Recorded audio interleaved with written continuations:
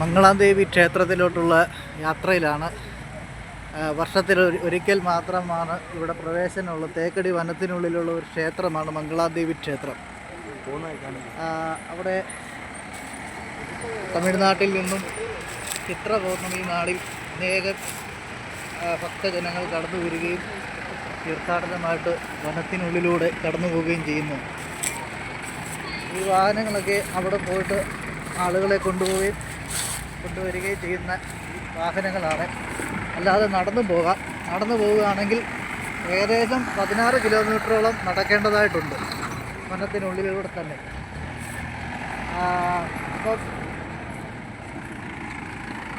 16 kilometre വനത്തിനുള്ളിലൂടെ Thekkady വനത്തിൻ്റെ ഭംഗി ആസ്വദിച്ച് നമുക്ക് നടക്കാവുന്നതാണ്. വർഷത്തിലൊരിക്കൽ മാത്രമാണ് നമുക്ക് ഈ ഒരു ക്ഷേത്രത്തിലോട്ട് പ്രവേശനം അനുവദിച്ചിട്ടുള്ളത്. അപ്പം ഇനിയിപ്പം അടുത്ത കൊല്ലം മാത്രമേ ഈ ക്ഷേത്രത്തിൽ പിന്നെയും പ്രവേശിക്കാൻ പോകുവാൻ പറ്റത്തുള്ളൂ. അതാണ് മംഗളാദേവി ക്ഷേത്രത്തിൻ്റെ പ്രത്യേകത. ഓക്കെ.